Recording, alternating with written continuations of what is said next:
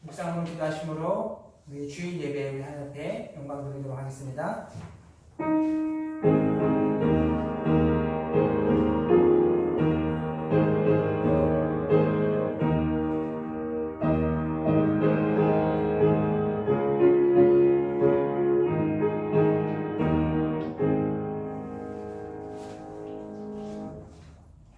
성령 하나님, 오늘 우리가 드리는 예배 가운데 함께 하여 주심으로 하나님께서 주시는 그 은혜로 우리가 살아가는 이 자리를 하나님께서 기뻐하시는 예배의 자리를 세워갈 수 있는 귀한 믿음의 용사들 되게 도와주시어서 아버지 하나님 주여, 우리가 세상에 가는 곳마다 그리스도의 향기를 바라며 주의 의를 이뤄나갈 수 있는 복된 믿음의 성도들 되어줄 수 있도록 하나님 도와주시옵소서. 감사드리며 예수님의 이름으로 기도드렸습니다.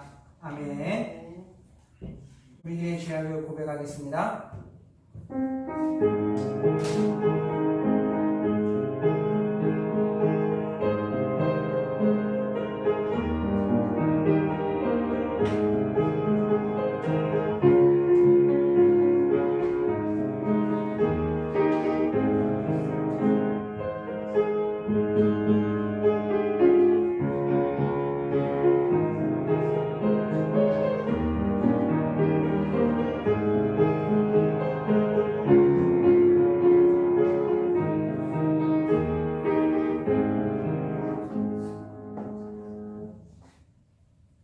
우리들의 죄를 깨끗하게 씻어주셔서 하나님의 거룩한 형상을 이루어 하나님께만 영광 돌리는 존귀한 하나님의 자녀들 될 수 있도록 주님이 인도하여 주시옵소서. 감사드리며 예수님의 이름으로 기도드렸사옵나이다. 아멘. 찬송가 80장 찬송 같이 부르시겠습니다.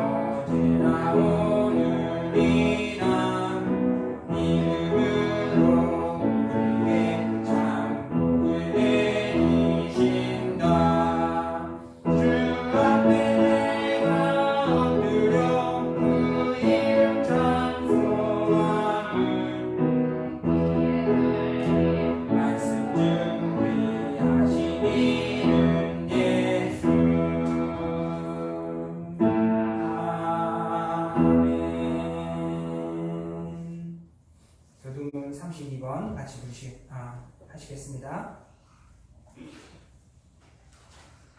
교동문 32번입니다. 여호와여, 내가 주께 피하오니 내가 영원히 수치를 당하게 하지 마소서. 주의 의로 나를 건지시며 나를 풀어주시며 주의 길을 내게 길리사 나를 구원하소서. 주는 내게 항상 피하여 숨을 파위가 되소서. 주께서 나를 구원하라 명하셨으니 이는 주께서 나의 반석이시요 나의 요새이시니이다. 나의 하나님이여 나를 악인의 손 곧 불의한 자와 흉악한 자의 장중에서 피하게 하소서. 주 여호와여 저는 나의 소망이시요 내가 어릴 때부터 신뢰하니이다. 내가 모태에서부터 주를 의지하였으며 나의 어머니의 배에서부터 주께서 나를 택하셨사오니 나는 항상 주를 찬송하리이다. 아멘. 작으신 경으로 신앙 고백 드리겠습니다. 전능하사 천지를 만드신 하나님 아버지를 내가 믿사오며 그 아들 우리 주 예수 그리스도를 믿사오니 이는 성령으로 잉태하사 동정녀 마리아에게 나시고 본디오 빌라도에게 고난을 받으사 십자가에 못 박혀 죽으시고 장사한 지 사흘 만에 죽은 자 가운데서 다시 살아나시며 하늘에 오르사 전능하신 하나님 우편에 앉아 계시다가 저로서 산 자와 죽은 자를 심판하려 오시리라. 성령을 믿사오며 거룩한 공예와 성도가 서로 교통하는 것과 죄를 사하여 주시는 것과 몸이 다시 사는 것과 영원히 사는 것을 믿사옵나이다. 아멘. 찬송가 288장 같이 부르시겠습니다.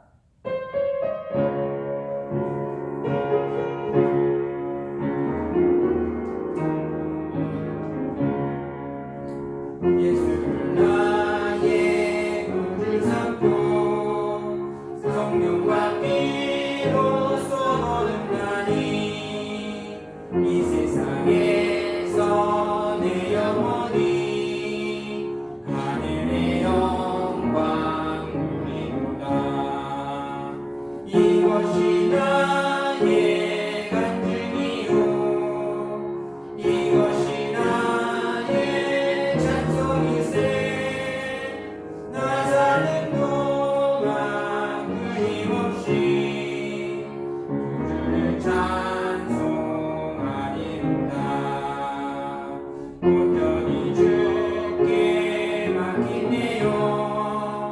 사랑의 음성을 듣는 중에 정사들 왕래하는 것과 하늘의 영광 누리로다. 이것이 나의 간증이요 이것이 나의 찬송이세. 나 사는 동안 끊임없이 주를 찬송하리로다. 오늘의 기쁨 누림으로 마음의 풍랑이 잔잔하니 세상과 나는 상관없고 부족한 주만 우리다. 이것이 나의 간증이요 이것이 나의 찬송이세. 나 사는 동안 끊임없이 주를 찬송하리로다.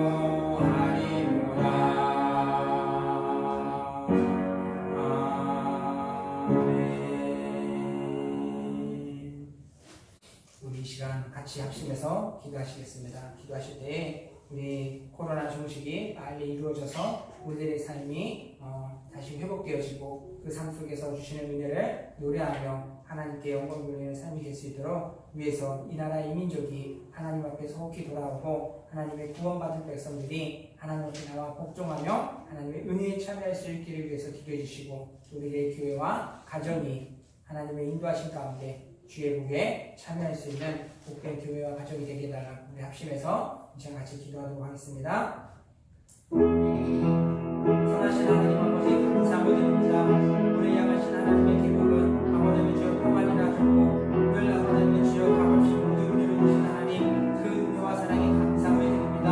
아버지 하나님의 주여 주께서 주신 그 사랑이 아버지의 주여 풍성함을 우리가 날마다 아버지의 주여 살아갈 때 하나님의 마음 가운데 있지 않기를 소망하오니 주여 붙잡아 주셔서 하나님 우리가 살아가는 이 시대가 아버지의 주여 어려움과 아픔이 많다 아버지는 주여 언제 끝날지 모르는 아버지는 주여 두려움 가운데 있다 할지라도 하나님 우리가 마음을 다해서 하나님 나를 예배하고 섬길 수 있는 공된 믿음의 종들 될 수 있기를 원하오니 주여 하나님 은혜를 베풀어 주시옵시고 특별히 아버지 하나님 주여 이 땅의 코로나가 주 하나님의 은혜 가운데 빨리 아버지 하나님 중심되어지며 우리의 삶이 하나님의 그 은혜 가운데 속하여 아버지 하나님 주여 그 역사가 나타날 수 있는 귀한 은혜가 있기를 소망하오니 주여 아버지 도와주시옵소서. 오랜 세월들이 아버지 하나님 주여 양심을 통하여 많은 사람의 학습을 신음하며 고통 가운데 빠져 있사오니 주여 주의 긍휼을 하나 올려주셔서 하나님의 아버지 하나님 그 인자하심으로 주여 하나님 우리를 불쌍히 여기사 아버지 하나님 주여 이 긴 터널에서 하나님 속히 벗어날 수 있게 하여 주셔서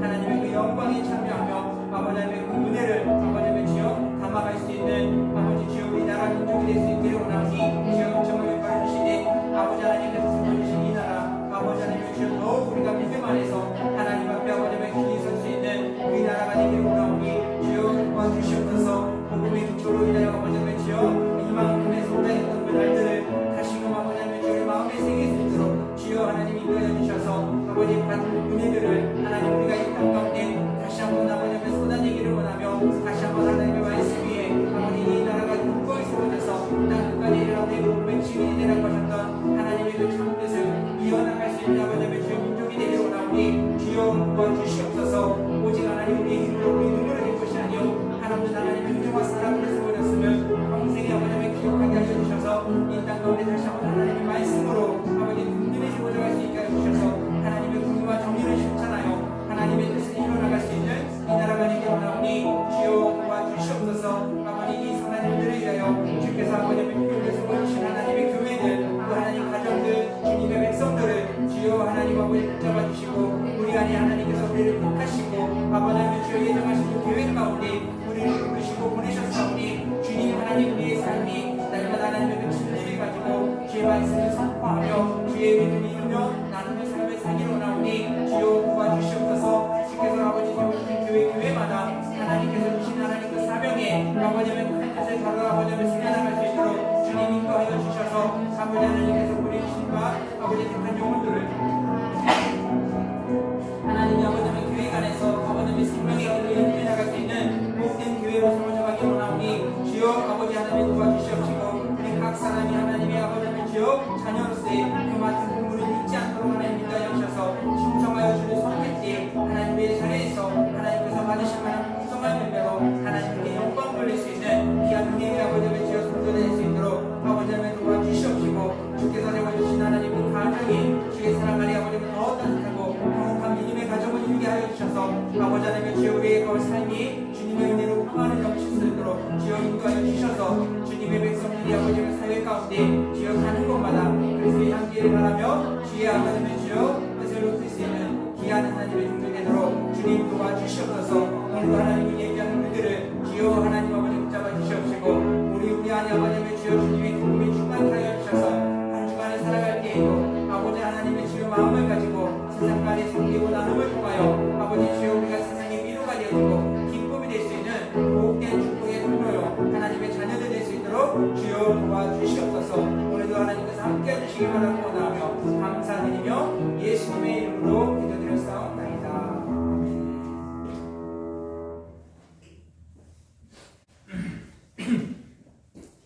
같이 보신 말씀은 마태복음 16장 말씀입니다. 마태복음 16장 15절에서 20절까지 말씀입니다. 한 절씩 교독하도록 하겠습니다. 이르시되 너희는 나를 누구라 하느냐? 시몬 베드로가 대답하여 이르되 주는 그리스도시요 살아계신 하나님의 아들이시니이다. 예수께서 대답하여 이르시되 가요나 시몬아 내가 복이 있도다. 이를 내게 알게 하니는 혈육이 아니요 하늘에 계신 내 아버지시니라. 또 내가 너희에게 이르노니 너는 베드로라. 내가 이 반석 위에 내 교회를 세우리니 중부의 권세가 이기지 못하리라.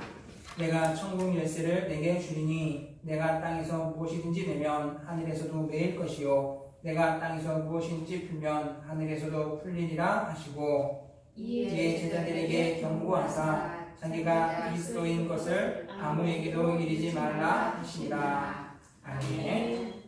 할렐루야. 반갑습니다. 지난주에 이제 첫 주일은 아니죠. 같이 주일 예배를 드리면서 반갑게 대면으로 얼굴을 뵐 수 있어서 좀 반가웠습니다. 오늘 이렇게 주일 예배 드리는 가운데에서 하나님이 우리 성도님들의 가정 가운데 예배하신 은혜와 복이 충만하게 채워줄 줄 믿습니다.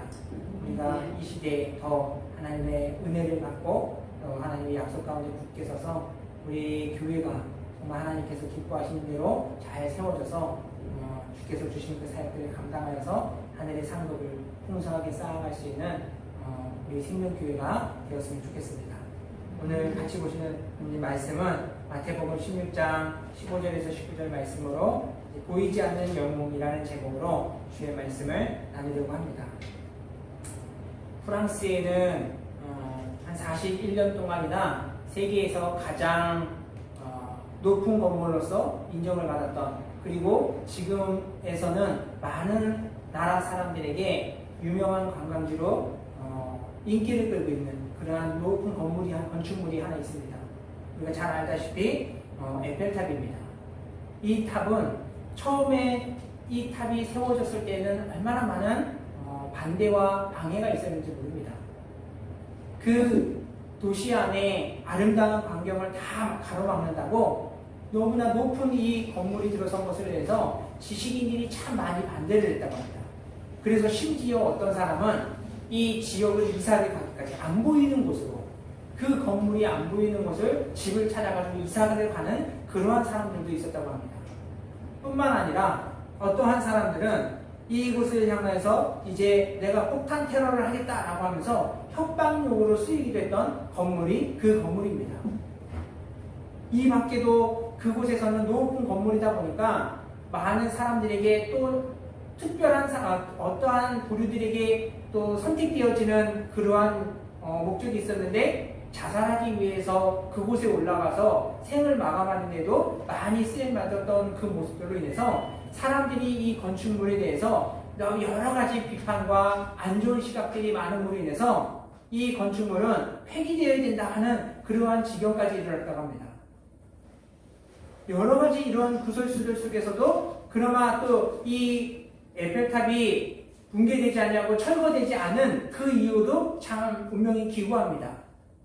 반대를 하면서 이것을 철거를 해야 된다 하는 상황 속에서 이것이 남게 되어지는 배경도 참 웃지 못할 이유인 것은, 이것은 차라리 높은 그 건물이 있기 때문에 이게 전신주로서 쓰면은 딱이다라고 하면서 성전탑으로서의 그 역할을 다하면은 이거는 좋다라는 그 이유 때문에 철거하고자 했던 일들이 그냥 무마되기는 했습니다. 이렇게 참 기구하게도 건축되어지면서 완공되어지고 그 오랜 세월을 사는 동안에 많은 사람들에게 환영받지 못하고 좋은 소리 못 듣고 이렇게 미운 우리 새끼 마냥 그렇게 천대받던 이 건물이 지금 오늘날에는 어떠한 존재로 바뀌어져 버렸습니까? 오히려 이 에펠탑 때문에 주변 많은 사람들이 이것이 이 마을을 더 아름답게 한다고 그렇게 완전히 바뀌어버리게 되었습니다. 그러면 처음에는 그렇게 미움받고 미운 털로 바뀌었던 그 건물이 어떻게 해서 이렇게 지금의 모습과 같이 세계에서 많은 사람들이 그 유명한 관광지로서 찾게 되어지고 그리고 좋아하는 그러한 건물이 되었는가? 뭐 여러 가지 이유들이 있을 수 있습니다. 그러나 그 가운데 있어서의 이 에펠탑이 지금까지도 사랑받는 건물로서 많은 사람들이 찾는 그곳이 되기까지에는 보이지 않는 가운데 숨은 그 주역이 있다는 겁니다. 그것이 뭐냐면은 이 건물이 단단한 반석 위에 세워진 건축물이라는 겁니다. 이것을 처음에 이제 건축을 하기 위해서 사람들이 땅을 파는데 밑으로 12m나 되는 깊이 파고 들어가가지고 거기에 단단한 반석 위에다가 이 기초를 만들어 놓고 그리고 건축물을 세워 올라갔다고 합니다. 그럼 이것이 뭐 어떻게 무슨 능력, 무슨 재주로서 이 주변을 아름답게 만드는 건물이 되겠느냐? 오랜 세월 동안에 수많은 비바람이 불고 그 모든 역경 가운데에서도 이 건물이 끝까지 무너지지 않고 지킬 수 있었던 그 반석이 세워졌던 기초 때문에 이것이 건물 안에 주변과에 있었던 그 건축물 가운데 가지고 있는 장점들, 단점들, 이 모든 것들이 밑에서 든든히 받쳐줄 수 있었기 때문에 수많은 반대가 있었고 비바람이 불었던 이 모든 것들을 다 견뎌내고 오늘날에와 같이 그 지역을 대표하는 유명한 지역뿐만이 아니라 세계에서 알아줄 만한 그런 아름다운 곳으로 인정받게 되었음을 보여주고 있다는 겁니다. 이와 같은 이력들 때문에, 역사 때문에 어떠한 목사님은 이렇게 비유를 했습니다. 마치 그 탑이 세워진 것들이 오늘날 이 땅 가운데 세워진 지상의 하나님의 교회들의 모습과 너무 똑같다라고 이야기했습니다. 무엇 때문이겠습니까?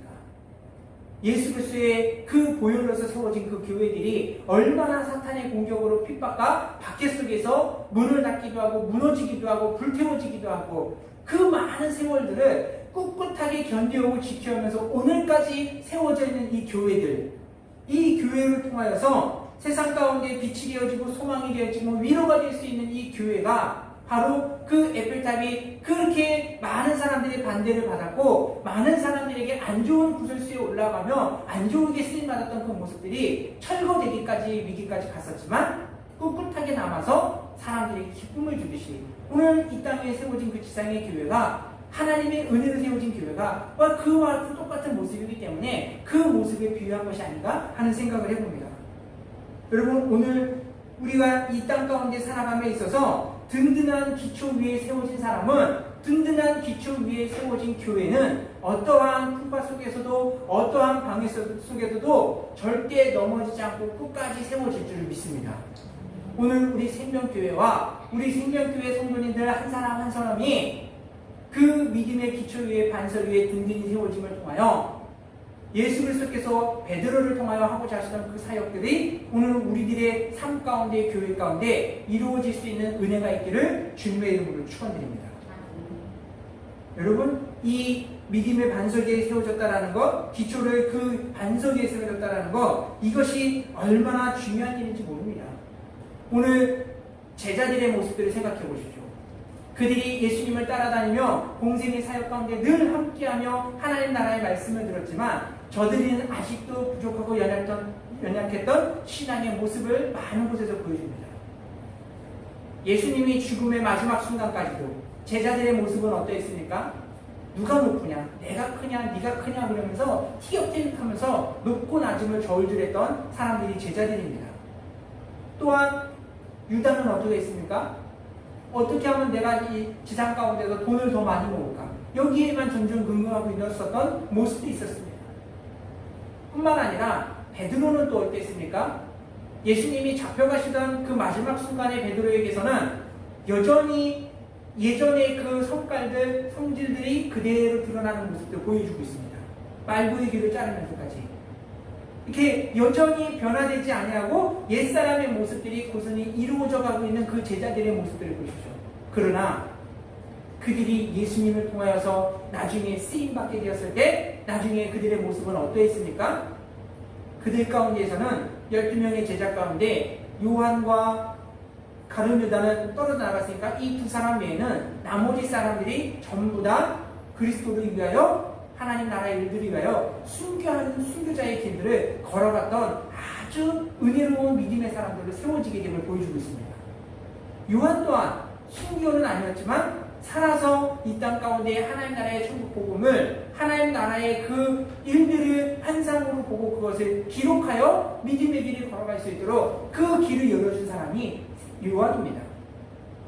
여러분, 이와 같이 부족하고 믿음에 연약했던 사람들도 그들이 그와 같이 큰 하나님 나라의 일꾼으로 세워질 수 있었던 그 바탕이 어디에 있었다라는 겁니까? 그들 안에 그리스도 안에 세워지는 그 신앙의 바탕이 그들이 어떠한 역경 속에서도 어려움 속에서도 꿋꿋하게 견디고 남음을 통하여 하나님 앞에 영광 돌릴 수 있었던 그 모습을 보여주고 있다는 겁니다. 오늘 저와 여러분이 이와 같은 모습으로 그리스도의 그 반석 위에 세워진 믿음의 신앙의 고백들을 가지고 살아갈 때 하나님이 우리를 저 사도들과 같이 그와 같은 믿음의 주역으로 쓰시게 될 줄 믿습니다. 오늘 예수님이 제자들에게 물어보셨던 그 질문들과 같이 오늘 본문 속에서 보십시오. 예수님과 제자들이 또 이렇게 사역을 하면서 펼쳐가다가 예수님과 제자들이 들은 말들이 있었습니다. 그것은 무엇이었냐면은 사람들이 예수님에 대해서 뭐라고 얘기했냐. 예수님도 다 들으셨습니다. 근데 제자들에게 물어봅니다. 사람들이 나에 대해서 뭐라고 말하느냐? 그러자 더러는 엘리야라고 합니다. 더러는 세례 요한이라고 이야기합니다. 또 더러는 예수님에 대해서 예레미야라고 이야기합니다. 저마다 좋은 사람이라는 것들을 막 이야기합니다. 막 그렇게 대답을 합니다. 그러면서 예수님이 제자들 가운데 그러면 너희는 나를 뭐라고 말하느냐? 어찌 보면 이 대답 가운데 그 제자들도 사람들과 같은 똑같은 마음이 들지 않았을까? 그러면서도 예수님과 따라다니면서 좋으면서 좀 뭔가 그들보다는 다르다라는 것들을 생각하지만 뭐라고 말할 대답은 없었을 때에 베드로는 어땠냐는 겁니다. 예수님의 질문에 망설임 없이 베드로는 대답했습니다. 주는 그리스도시요 살아계신 하나님의 아들이십니다 라고 고백했습니다. 그 말을 들으시면서 예수님이 기뻐하시면서 베드로에게 하신 말씀이 무엇이었습니까? 바요나시모나 네가 목이 있도다. 이것을 알게 하는 이는 혈육이 아니요 하나님께서 너에게 이것을 알게 하셨느니라 라고 말씀하셨습니다. 오늘 우리 사랑하는 우리 생명교회 성도님들, 저와 여러분이 하나님을 믿고 예수 그리스도를 믿으면서 고백하는 신앙의 기초가 바로 여기 있습니다. 주는 그리스도시요 살아계신 하나님의 아들이시니다라는 이 고백, 우리가 이것을 고백할 수 있다는 것, 이것만으로 우리가 복 있는 사람인 줄 믿습니다. 이 고백 안에 무엇이 우리로 복된 인생이고 무엇이 우리로 하나님 앞에 은혜 받은 사람임을 증거해 주고 있습니까? 바로 우리가 하나님을 아버지라고 부를 수 있는 것, 예수 그리스도를 나의 구주라고 믿을 수 있는 것, 이것이 바로 우리가 하나님께로부터 받았던 그 은혜의 증거임을 보여주고 있다는 겁니다. 이 안에서부터 우리가 하나님이 나를 예정하셨고 하나님이 나를 낳아주셨고 하나님이 나를 이끌어주시고 인도해주신다는 것이 이 고백 안에 성경에서 이 고백으로서 예수 그리스도를 따랐던 그 사도들, 그 사람들의 그 삶의 모습을 기록하고 있듯이 오늘 이 시대에 오늘날 우리들이 하나님 나라의 역사 가운데 우리를 하나님이 이와 같이 이끌어가고 계시다는 사실들을 우리는 늘 명심하며 그것으로 기뻐하는 저와 여러분이 되었으면 좋겠습니다. 오늘 세상에 사는 사람들은 어떻습니까? 누군가가 좀 날 좀 알아봤으면 좋겠고 누군가가 날 좀 인정해 줬으면 좋겠고 이렇게 그런 것들은 인정이 되어지지 않고 충족이 되어지지 않으니까 나는 누구인가? 세상에서는 저마다 자기 자신에 대해서 알고 싶어서 부당하게 애를 쓰며 살아가는 것이 세상의 모습이라는 겁니다. 자기 정체성에 대해서. 그러나 우리는 어떻습니까? 우리는 분명하게 드러나는 것이 하나님 아버지의 아들이라는 것, 딸이라는 것, 자녀라는 이 확실한 정체성을 가지고 우리는 우리의 인생의 하루하루가 세상에서는 내일의 일들이 어찌게 될지 몰라서 두려워하지만 저와 여러분은 우리는 어떠합니까? 내일의 일들에서 염려할 것이 없는 것이 하나님이 우리를 이끌어 가시기 때문에 저와 여러분은 그것만으로 우리가 늘 기뻐하는 삶을 살아가도 충분한 인생이라는 사실들을 우리는 늘 명심했으면 좋겠습니다. 아멘. 여러분 4.4 시대가 우리가 잘 알다시피 4.4 시대가 가장 혼란의 시대였고 어려운 시대였습니다. 그 시대를 향하여서 성경에서는 각기 소견에 좋을 때를 행하였다라고 이야기했는데 왜 저들은 하나님의 말씀이 있었음에도 각기 소견에 좋은 대로 행하였을까요? 무엇 때문에 그들이 그와 같은 모습을 보였겠습니까? 그것은 오늘 베드로가 보여줬던 올바른 신앙의 기준이요 고백의 기준점이 그들 가운데 사라졌기 때문이라는 겁니다. 내가 무엇을 위해 살아야 되는지, 나를 낳으신 분이 누구인지에 대한 그 올바른 신앙의 고백들이 점점점 시대가 흘러가면서 그들이 그 모습들이 그 신앙의 믿음들이 점점점 쇠퇴하게 되어지자 어떻게 되었습니까? 비슷하게 들려지는 것, 비슷하게 보여지는 것을 따라가기 시작했다는 겁니다. 그러다 보니까 자기 소견에 좋은 대로 다 누구나 이것이 다 옳은 것처럼 얘기하는 시대 가운데 그냥 중구난방으로 천방지축으로 뛰어다니며 살아가는 사람들이 늘어났다는 겁니다.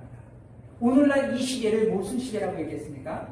지금 이제 4차 산업 시대요, 또 이제 인공지능 시대라고 얘기하는데 그 이전까지 우리는 이제 그 포스트 모던 시대라고 우리가 많이 알고 있습니다. 21세기를 들어서면서부터 이 시대를 간략하게 얘기하면 어떤 시대입니까? 진리라는 것은 누구에게나 다 인간의 마음속에 다 있다라는 겁니다. 그러면서 누구나 진리를 만들 수 있다라고 하는 것, 인간 중심 안에서 진리를 찾으려고 하고 만들어가려고 하는 시대가 그 21세기의 주된 사상이었습니다. 그러다 보니까 우리가 지금 어떠한 모습을 닮아가고 있습니까? 사사시대의 그 일들을 우리가 참 많은 사람들이 닮아가고 있습니다. 비슷한 말이 들려지는 대로, 비슷하게 보여지는 대로 이것이 하나님을 위한 것이라고 하면서 진짜는 자신을 위하면서 걸어가면서도 깨닫지 못하는 모습들. 이 잘못된 길의 모습을 보여줬던 한 왕이 있습니다. 사무엘상에 보면은 사울이 그러했습니다. 사울이 이제 블레셋과의 전투를 앞두고 있는데 이 일들 가운데 백성들은 점점 두려워하고 있는데 이 하나님 앞에 제사를 드리고 전투에 참석을 하면 전투에 나아가며 이것을 어떻게 될지 물어봐야 돼. 사무엘이 오지 않으니까 점점점 사람들은 흩어지기 시작합니다. 하나님의 사람이 안 오는구나. 이것은 하나님이 원치 않은 건가? 여러 가지 생각들이 있을 수도 있습니다. 점점점 블레셋의 사람들의 함성에 주눅이 들어가기 시작하면서 백성들이 싹 흩어지기 시작합니다. 이 모습에 사울이 마음이 불안해지기 시작합니다. 그러더니 어떻게 했습니까? 하나님의 사람 제사장만이 드릴 수 있는 그 제단에 자기가 들어가서 하나님께 분양하는 일을 저지르고 말았습니다. 그러더니 하나님께 그것을 인해서 그가 버림을 받게 되었습니다. 그리고 또 사무엘상 15장에 가더니 그가 아말렉과 전쟁을 하면서 아각을 죽이라고 또 하나님의 사람을 통하여서 이 전쟁 가운데 어떠한 것도 남겨두지 말고 다 그냥 죽여버리고 멸하라고 그렇게 명령을 받았습니다. 그러나 사울이 행한 행동은 무엇이었습니까? 옆에 있는 비류들이 하는 말들이 이 좋은 것을 왜 죽이냐고, 이것을 왜 버리느냐고, 이것을 가지고 하나님 앞에 제사를 드리고 하나님 앞에 드리고 하나님이 얼마나 기뻐하시겠냐고. 이 명분이 참 너무 그럴듯합니다. 그 말을 듣고는 사울이 또 거기에 따릅니다. 그러면서 하나님의 사람이 딱 오게 되자, 사무엘이 오게 되자 사울이 뭐라 그럽니까? 하나님의 사람이라고 하면서 내가 하나님의 말씀을 들은 대로 다 순종했다라고 그리고 뻔뻔스럽게 이야기합니다. 그러면서 사무엘이 갔다가 정색을 하면서 그렇습니까? 그러면 내 귀에 들리는 이 염소들의 이 짐승들의 소리는 어디서 나는 겁니까? 라고 물어보니까 멋쩍은 듯이 이것을 하나님께 드리면은 하나님이 얼마나 좋아할지 모를 것 같아서 그래서 내가 남겨놨다라고 뻔뻔스럽게 이야기합니다. 이러한 일들이 뭐 때문입니까? 하나님의 말씀 안에서 그가 세워졌던 때의 그 모습들을 잃어버렸기 때문이라는 겁니다. 그러다 보니까 비슷한 신앙, 비슷한 말씀과 같이 이 유사한 것들을 들으면서 거기에 끌려갈 수밖에 없고 따라갈 수 없는 그 모습들이 자신이 하나님 앞에 죄를 지으면서도 모르는 그 모습들이 점점점 기준을 잃어버리는 신앙의 모습이 어떻게 변해되는가? 사울이 나중에 그렇게 하는 행동이 무엇입니까? 하나님 앞에 기도를 하고 하나님께 구하고 아무리 부르짖어도 어떠한 것으로도 하나님이 응답이 없자 이스라엘의 왕인 사울이 행한 행동이 무엇이었습니까? 신접한 여인을 찾아가지고 그에게 가가지고 엘리야를 불러달라고 하면서 그렇게 하나님의 사람을 불러달라고 하면서 그렇게 하나님의 뜻을 묻고자 하는 그 모습을 보여주고 있습니다. 여러분은 얼마나 비참한 일입니까? 하나님 앞에 사랑을 받았고 하나님 앞에 은혜를 입었고 하나님의 도구로서 쓰임받던 사람이 그 신앙의 기준, 나는 약한 자였고 나는 작은 자였고 하나님만이 나를 쓰실 수 있고 하나님만이 나를 온전케 할 수 있다는 이 신앙의 고백들이 희미해져 버리고 기준이 없어져 버리자 하나님을 대적하며 하나님이 가증히 여기는 일들을 서슴지 않으면서도 뻔뻔하게 내가 하나님 앞에 순종하였다라고 하는 모습들이 어떠한 사람들에게 나타납니까? 그 기준을 잃어버린 사람들한테 이와 같은 안타까운 모습들이 나타나게 되음을 보여주고 있습니다. 오늘 이 시대를 살아가면서 우리들의 모습 가운데 한편으로는 조금 조심스럽게 보여지는 모습들이 있습니다. 우리가 지난날 우리 한국의 교회들이 성도님들이 이제 세워지면서 신앙의 교육을 받으면서 주일 성수에 대한 부분들을 참 많이 들으면서 살아왔습니다. 그리고 11조에 대한 헌금에 대한 부분들도 많이 들으면서 참 많은 분들을 이렇게 사역을 다니면서 성도님들을 보면은 이런 부분들에 있어서 참 잘 지키는 부분들이 많습니다.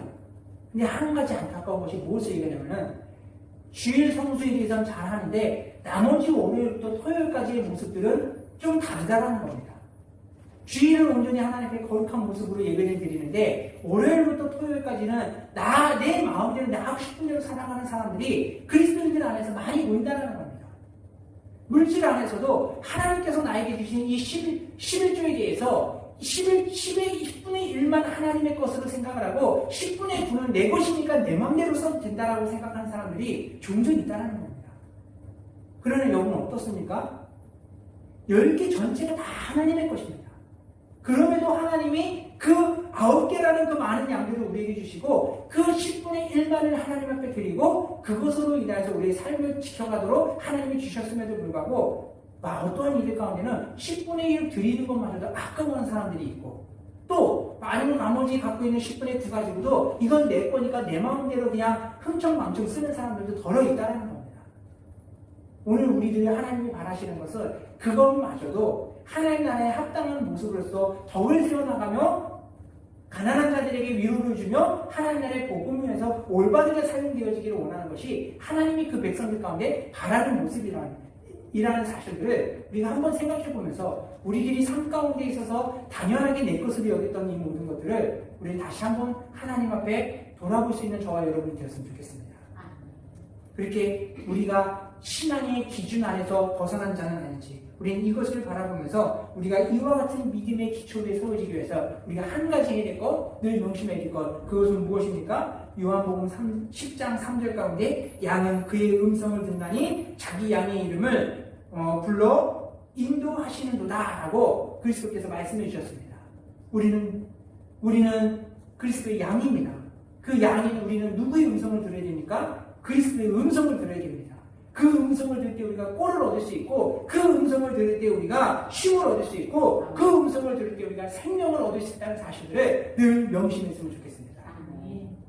그러므로 인해서 그 음성 가운데 살아갈 때 우리가 어떠한 유혹 속에도 넘어지지 않냐고 어떠한 풍파 속에도 쓸려가지 않냐면 꿋꿋하게 믿음의 자리를 지켜서 하나님께서 세우고자 하시는 그 믿음의 교회로서 존재하게 될 줄을 믿습니다. 오늘 18절 말씀해 보십시오. 또 내가 네게 이르노니 너는 베드로라. 내가 이 반석 위에 네 교회를 세우리니 음부의 권세가 이기지 못하리라 라고 말씀하고 있습니다. 여러분 종교개혁에 있어서의 그 시작이 이제 많은 이유들이 있겠지만 가장 기본적인 것이 이 신앙의 고백이 크해지는 모습에서 그 개혁이 더 크게 더 강조되었던 것은 아닐까 하는 생각을 해봅니다. 뭐 때문이냐면은 우리 개신교는 천주교에서 그 종교 개혁을 통해서 우리 그리스도교, 개신교로 오늘날 이렇게 불리면 우리가 이제 신앙을 계보를 이어가고 있다는 것을 많은 성도님들이 다 알고 있을 겁니다. 그런데 천주교에서는 이제 그들 가운데서는 개신교나 우리나 뭐 자기들이나 한 뿌리다, 한 형제다 그래서 이야기들을 하지만 전혀 신앙에 있어서는 다릅니다. 오늘 하나님 앞에 드려야 될 그 신앙의 고백에 있어서 주는 그리스도시요 살아계신 하나님의 아들이라는 이 신앙의 고백의 자리를 하나님 앞에 드려야 될 그 자리를 저들은 사람에게 돌려버린 그 모습을 보여주고 있습니다. 오늘 베드로를 통하여 네가 이 반석 위에 네 교회를 세우리라고 했던 이 말씀을 저들은 가리킬 때 이 반석이 베드로라고 가리킵니다. 그래서 베드로가 초대 교황으로서 그들은 인정을 해주고 그 베드로가 반석에 대해서 베드로 교회를 세워서 자신들이 그래서 그 맥을 이어간다라고 이렇게 생각을 합니다. 하나님의 앞에 영광을 돌릴 그 자리를 사람에게 돌려버리니 그 천주교의 그 카톨릭의 그 신앙의 모습이 어떻게 타락되어지고 변질되었습니까? 돈을 사랑하게 되어지고 또 세상의 쾌락을 따라가게 되어지며 무엇보다도 면죄부를 만들어가지고 이것을 사는 사람들에게는 죄사함을 받는다라고 신성 모독을 하며 하나님의 영광을 가려버리는 이 모습들, 이 하나하나의 모습들이 기초 가운데서 멀었던 모습임을 보여주고 있다는 겁니다.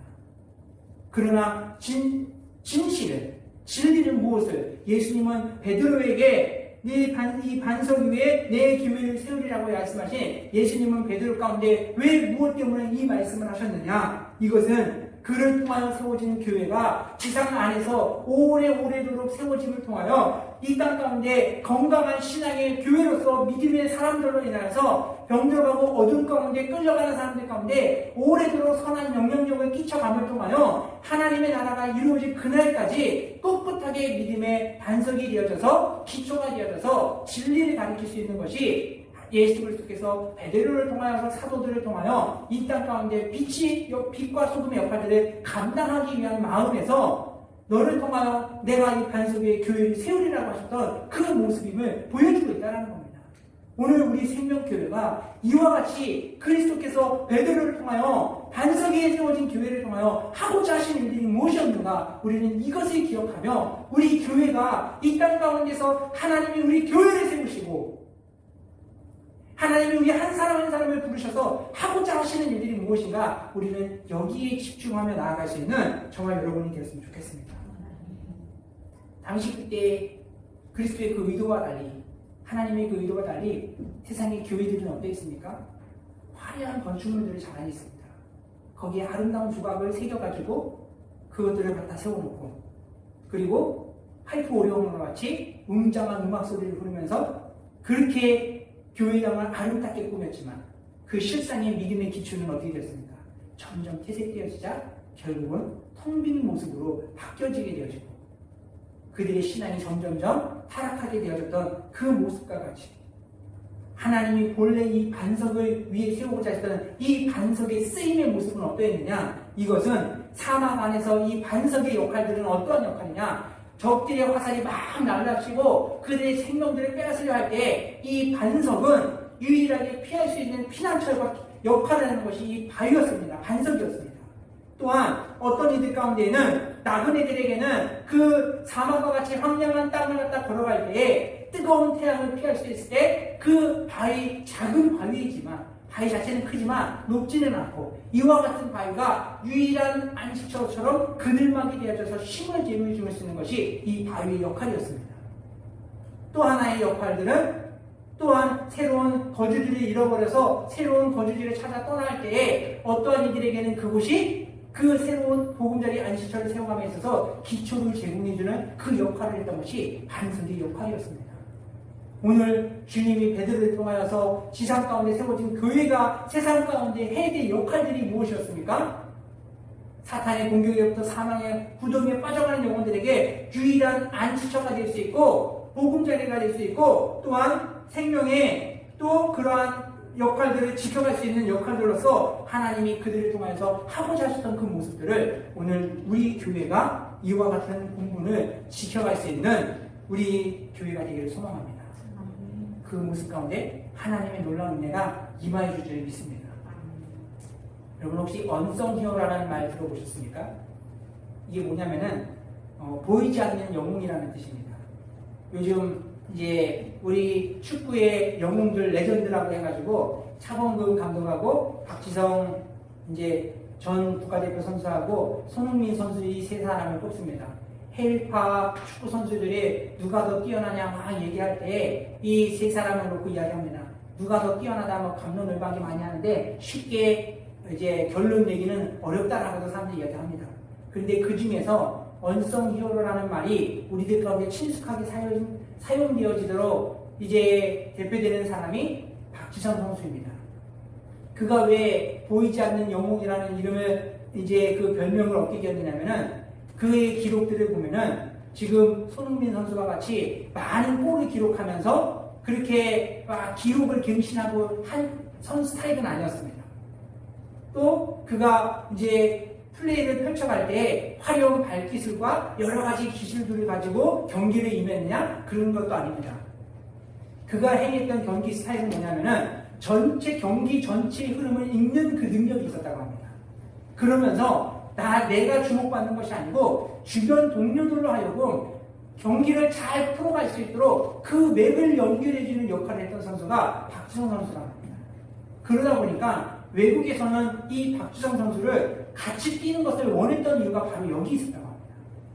경기를 이기에 있어서 화려한 한 사람, 정말 골을 집어넣는 사람, 화려한 발기술을 갖고 있는 이 사람이 아니고 전체 흐름을 보면서 경기를 이루어가도록 이끌어갈 수 있는 그 사람이 필요한데 이것이 누구나 할 수 있는 것이 아니고 또 누구나 하고 싶다고 달려드는 자리가 아닌 그 자리를 박지성 선수가 했던 모습 때문에 보이지 않는 영웅이라는 말이 그에게 붙여지게 되었고 오늘 우리들 가운데 친숙하게 다가오게 되었던 모습을 보여주고 있습니다.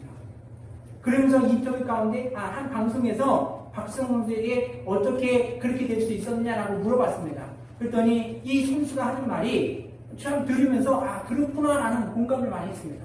뭐냐면은 나 이전에 차범근이라는 그 감독, 이 선수가 있었기 때문에 나도 할 수 있었다라고 이야기합니다. 사람들은 누구나 아무도 가보지 않은 길을 걸어갈 때 다 두려워합니다. 그런데 이 길을 누군가가 걸어갔었구나라는 것을 생각할 때 그 안에서 위로를 얻고 용기를 얻는다는 겁니다. 동양 사람이 유럽에 나가가지고 운동을 하는데 인정을 받는다? 너무 어려운 그때에 한편으로는 차범근이라는 이 한 사람이 해왔었던 길이니까 그러면 나도 할 수 있겠구나라는 용기를 가졌다고 합니다. 그러면서 그것을 증명해내기 위해서 열심히 했더니 그것이 그 결과가 오늘날 많은 사람들에게 사랑받고 인정받는 선수가 되었고 그 이후에 또 손흥민이라는 선수가 나왔던 것처럼 이렇게 사람들이 그 우리나라의 위상을 높여줬던 것처럼 반대로가 아니고 그와 마찬가지로 우리가 신앙 안에서 하나님을 기쁘시게 하는 사람들이 되기 위해서 늘 말씀을 보면서 감동을 받고 또 우리가 본받고자 또 닮아가고자 힘쓰는 그런 믿음의 사람들이 있습니다. 아브라함의 모습이 그러했고 또 다윗의 모습이 그러하고 바울의 모습이 그러했습니다. 오늘 본문의 베드로의 모습이 또 그러했습니다. 저들의 신앙의 모습을 보고 들을 때마다 우리 안에 큰 감동이 있고 우리 안에 큰 위로가 있습니다. 그러나 무엇보다도 그들의 발걸음이 우리들의 인생 가운데 더 크게 위로가 되어지고 감동이 되어지는 사람들이 있습니다. 누구겠습니까? 그와 같은 길을 걸어가는 사람들이라는 겁니다.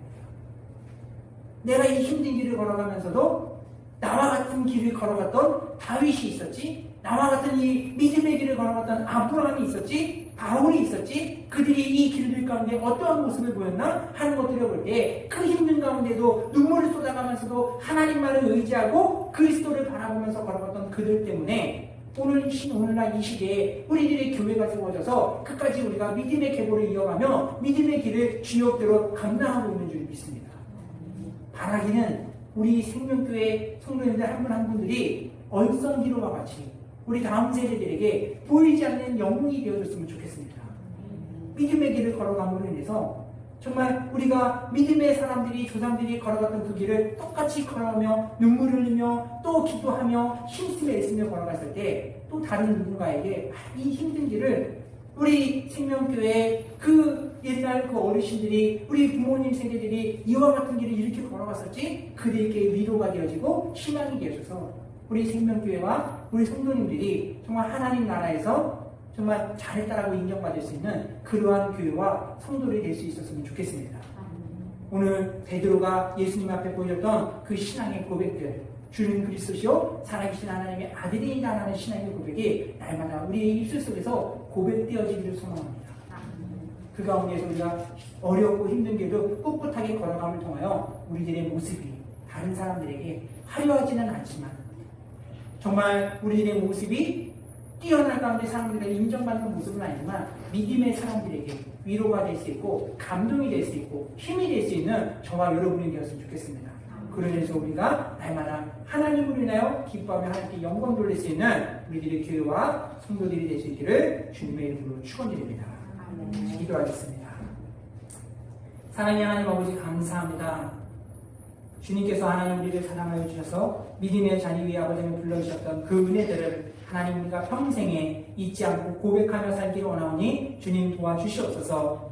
베드로가 예수 그리스도에 대해서 하나님 주는 그리스도시요 살아계신 하나님의 아들이라고 고백했던 그 믿음의 고백이 날마다 우리의 마음 가운데에서 아버지 하나님 주여 깊이 울리는 소리가 될 수 있게 도와주시옵시고 또 하나님 그것이 우리들의 입술 가운데 고백되어질 수 있도록 인도하여 주셔서 하나님 우리들의 삶을 주님께 맡겨드리고 하나님의 다스림 가운데 주의 나라의 일들을 위해서 힘쓰며 살아갈 수 있는 우리 성도들 될 수 있도록 주님 인도하여 주시옵소서. 그로 인해서 하나님 우리가 세상에서 인정받는 자여 사랑받는 자가 아버지 되기보다는 하나님 나라에서 인정받는 자가 되어져서 아버지 똑같이 믿음의 길을 걸어가는 자들에게 위로가 되고 소망이 되고 힘이 될 수 있는 귀한 교회와 또 귀한 성도들 될 수 있도록 주여 인도하여 주셔서 이 땅 가운데 하나님이 세우신 교회가 아버지 하나님의 주의 마음을 시원하기까지 하나님 우리가 그 역할들을 감당할 수 있는 자들 되도록 주님 도와주시옵소서. 감사드리며 예수님의 이름으로 기도드렸사옵나이다.